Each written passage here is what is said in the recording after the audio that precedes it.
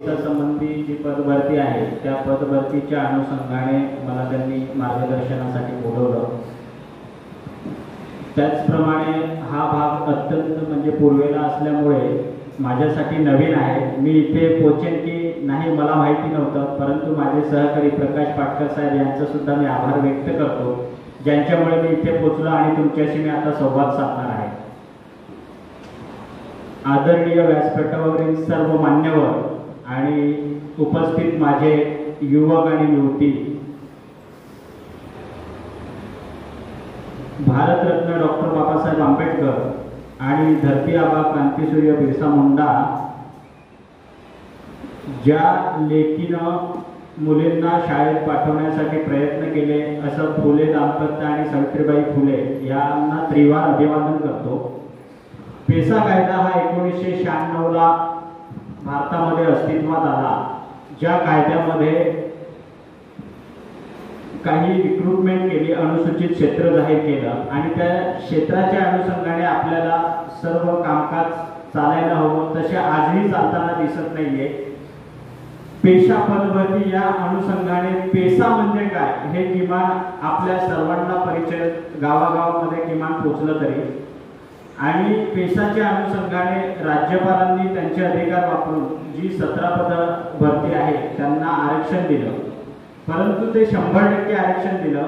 असंच आरक्षण तेलंगणा म्हणजे तत्कालीन त्यावेळेचा आंध्र प्रदेश आणि झारखंडमध्ये देऊ केलं होतं, परंतु त्याचं जे जजमेंट आहे ते जजमेंट पूर्णतः विरोधात आहे आणि आपल्याला प्रॅक्टिकल परिस्थिती स्वीकारावी लागेल। आपण ती लढाई लढतोय। या पेसा कायद्यामुळे जे अनुसूचित क्षेत्र आहे, पालघरमध्ये काही भाग आहे, हा डहाणू तालुका संपूर्ण अनुसूचित क्षेत्र आहे 100%, त्यामुळे इथला प्रत्येक सरपंच हा आदिवासी असेल। हा केवळ फक्त पेसा ऍक्ट मुळे आहे, जर तो नसता तर आदिवासी सरपंच नसते, ही वस्तुस्थिती स्वीकारावी लागेल। आज जिल्हा परिषदचा जो अध्यक्ष आहे तो पदसिद्ध अध्यक्ष कायमस्वरूपी आदिवासी माणूसच बसेल, ही तरतूद पेसा कायद्यामध्ये आहे। त्यानंतर जी इतर पदं आहेत, पेसा कायद्याच्या क्लॉज मध्ये काही क्लॉज हे बऱ्याच राजकीय लोकांना सुद्धा माहिती नाहीये, मला स्वतःला माहिती नव्हतं। ज्यावेळी ही वेळ आपल्यावरती आली पदभरतीच्या अनुषंगाने, त्यावेळी मी तो पेसा कायदा फक्त 2 पानांचा आहे ते मी क्लॉज वाचले। त्याच्यामध्ये काही अंशतः 2 असे रूल आहेत की एक त्याच्यामध्ये कलम असं आहे, त्या कलमामध्ये असं लिहिलेलं आहे की संबंधित तिथली विधानसभा प्रशासकीय बाबी प्रशासकीय नियम ही 6व्या अनुसूचीला अनुसरून करू शकते। म्हणजे मला वाटतं की पदभरतीसाठी विधानमंडळ हे स्वतः काहीतरी कायदे आणि नियम बनवू शकते। हे मला वाटतं पॉलिटिकल लीडर लोकांच्या पण लक्षात नाहीये। मी काशाच्या मीटिंगमध्ये आमदार निकोले साहेबांना हे निदर्शनास आणून दिलं होतं, तो मी कायद्यातला क्लॉज पण दाखवला होता। दुसरी गोष्ट, पेसा कायद्यामध्ये असं सुद्धा आहे की ज्या समाजाचं प्रतिनिधित्व, आदिवासी समाजामध्ये जमात आहेत आपल्याकडे, त्या जमातीचं प्रतिनिधित्व झेडपीला नसेल, पंचायत समितीला नसेल, तर ते 1:10च्या प्रमाणात अशा पद्धतीने राज्य सरकार त्याला रिक्रूट करू शकतं, हे पेशा कायद्यामध्ये दिलेलं आहे। आता पेसा पदभरतीच्या अनुषंगाने मला सांगायचं झालं तर ज्यावेळी हे पिटिशन दाखल झालं, सामाजिक विकास प्रबोधिनी वाडा या संस्थेकडून दाखल झाल्यानंतर बिगर आदिवासी हक्क संघर्ष समिती ही एक तिथलीच आहे, वाड्याचीच आकरे म्हणून आहेत, त्यांच्याकडून दाखल झालं। त्यानंतर त्याला अनुसरून जे बिगर पेशा क्षेत्रातले लोक आहेत, म्हणजे सोलापूरचे कोळी, बोगस कोळी, ते कारण आत्ता पण तुम्ही जर जिल्हा परिषदची वरिष्ठ लिपिकची यादी बघितली तर टॉपर असलेली मुलगी आहे का मुलगा आहे लक्षात नाही माझ्या, पण तो वाड म्हणून नावाचा आहे, 100% नांदेडमधून मराठवाड्यातून बोगस आदिवासी आहे तो। आणि त्याच्यावर आपल्याला कसं ऑब्जेक्शन घेता येईल, कोणतीही पदभरती घ्या, फॉरेस्टमध्ये पण ठाणे फॉरेस्टची जी मेरिट लिस्ट लागलेली आहे त्या फॉरेस्ट मेरिट लिस्टला पण बोगस 2 ते 3 जण आहेत, मी हे वाचलेले आहेत स्वतः। पण हे कोणी केलं पाहिजे, तुमच्या आमच्यासारख्या तरुणांनी केलं पाहिजे। इतर त्याच्यामधले तज्ञ लोक, तडवी साहेब असतील, गावित साहेब असतील, यांचं मार्गदर्शन घेऊन त्यांच्या पाठीमागे लागलं पाहिजे। आपण त्यांना व्हॅलिडिटी कमिटीलाच इनव्हॅलिड केलं गेलं पाहिजे। जर व्हॅलिडिटी भेटली तर बॉम्बे हायकोर्ट शिवाय पर्याय नसतो आणि तिथे मग पैसा लागतो. मेंढरकर तिथे त्यांचा बसलेला असतो आणि आपले जे वकील आहेत ते आपला कोणीही माणूस तिथे वकील देत नाही आणि त्याच्यामुळे प्रॉब्लेमॅटिक होऊन जातं. स्क्रुटिनी कमिटी म्हणजे जात पडताळणी समितीचे जे वकील असतात ते पूर्णतः मॅनेज असतात. मी हे पेसा केसच्या दरम्यान पूर्णतः डोळ्यांनी बघितलेलं आहे. ते काहीच त्याच्यावरती ऑब्जेक्शन घेत नाही. हे मी स्वतः अनुभवलं आणि बघितलेलं आहे. तर ते जर आपल्याला त्यांना ठेचायचं असेल तर आपल्यातला तरुण आणि जो संघर्ष आरक्षणाचा फायदा घेऊ इच्छितो त्या तरुणाने जागरूक राहिलं पाहिजे. पेसा केसच्या संदर्भात ज्यावेळी आपण पिटिशन फाईल केलं, आपल्याकडे पैसे आजही 18 लाखाच्या आसपास आहेत. मी स्वतः त्या फाउंडेशनचा सचिव आहे, माझी सही लागते ते पैसे काढायला. त्यामुळे ते आजही पैसे आपल्याकडे जसेच तसे सेक्युअर आहेत.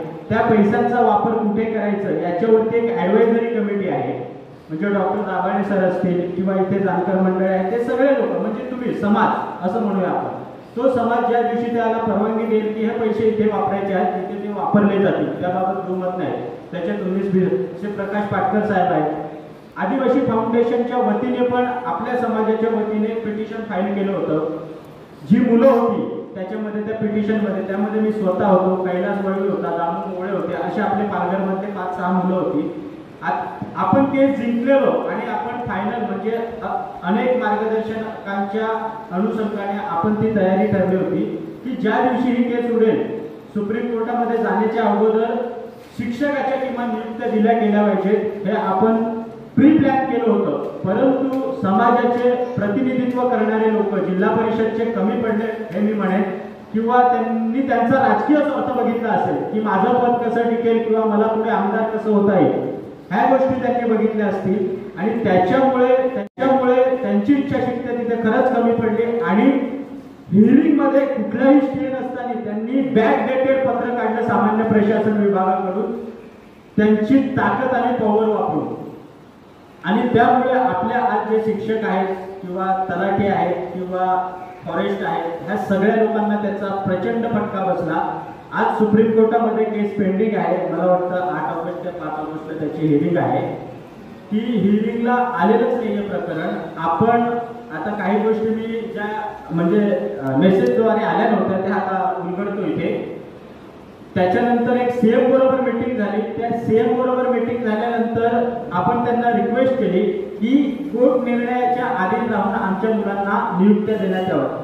तात्काळ मुख्यमंत्री एकनाथ शिंदे यांनी जे आपले ॲडव्होकेट जनरल आहेत महाराष्ट्राचे ॲडव्होकेट सराफ साहेब यांना फोन केला आणि आम्हाला दुसऱ्या दिवशी भेटण्याची वेळ दिली. आम्ही 10 वाजता तिथे गेलो. आमदार निकोले होते, आमदार भुसारा होते, आमदार नरहळे विधानसभेचे उपाध्यक्ष नरहळे झिरवाळ साहेब होते, असे ते आमदार होते. त्यात राजेश पाटील साहेब होते आणि मुलं होते 4-5 जण. मी कल्याणवरून तिथे गेलो, सराफ साहेबांना भेटलो. सराफ साहेबांनी म्हणजे मी प्रॅक्टिकली बोलतोय जे कायद्याच्या अनुषंगाने किंवा आरक्षणाच्या अनुषंगाने काही जजमेंट आहेत त्या जजमेंटच्या अनुषंगाने सांगतोय की सराफ साहेब बोलले की 50% वरती रिझर्वेशन ओव्हररूल होतंय, ते टिकवणं अवघड होतंय.